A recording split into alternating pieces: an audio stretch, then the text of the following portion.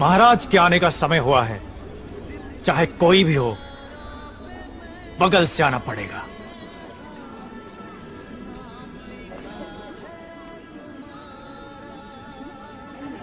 आप आगे आइए। कोई बात नहीं, आप जाइए। आओ आओ, जल्दी जल्दी आओ। पीछे अभी बहुत लोग बाकी हैं। सबको आगे आना होगा। आओ। इसके बाद तुम।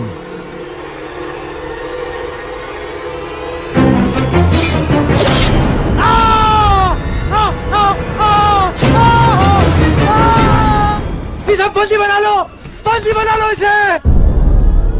बाहुबली की धर्मपत्नी देवसेना पर आरोप है कि उन्होंने सेना नायक सेतुपति की उंगलियां काट दी। राजमाता शिवगामी देवी की आज्ञा से श्री श्री भल्लाल देव महाराज के समक्ष ये सुनवाई प्रारंभ हो रही है। अवश्य। देवसेना, क्या तुम्हें अपने अपराध के बारे में कुछ कहना है? किसी सुनवाई के बिना ही मुझे हथकड़ियां पहना दी गई और पहले ही निर्णय हो चुका है कि मैं अपराधी हूँ। ये कहाँ का न्याय है? तुम निर्दोष साबित होने तक अपराधी हो। यही माहिष्मति का दंड विधान है। आदिवासी भी जिन्हें घिनौना समझते हैं, उन तौर तरीकों को आप दंड विधान कहते हैं? तो ऐसे दंड विधान को आग लगा दीजिए। अपने न्याय शास्त्र को गंगा में बहा दीजिए। अपने शासन को सूली पर चढ़ा दीजिए। जिस राज्य की मति भ्रष्ट है, उसका माहिष्मति जैसा बड़ा नाम? छी! देवसेना, इस महान साम्राज्य के बारे में अगर एक और अपशब्द भी निकाला।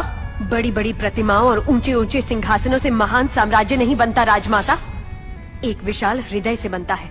लगता है वो यहाँ किसी के पास नहीं है। धिक्कार है। देख लिया महाराज, आपके सामने इतनी निर्लज्जता के साथ बात कर रही हैं, तो सोचिए मेरे सामने आपके बारे में कितनी तुच्छ बातें कही होंगी। सोच के देखिए महाराज।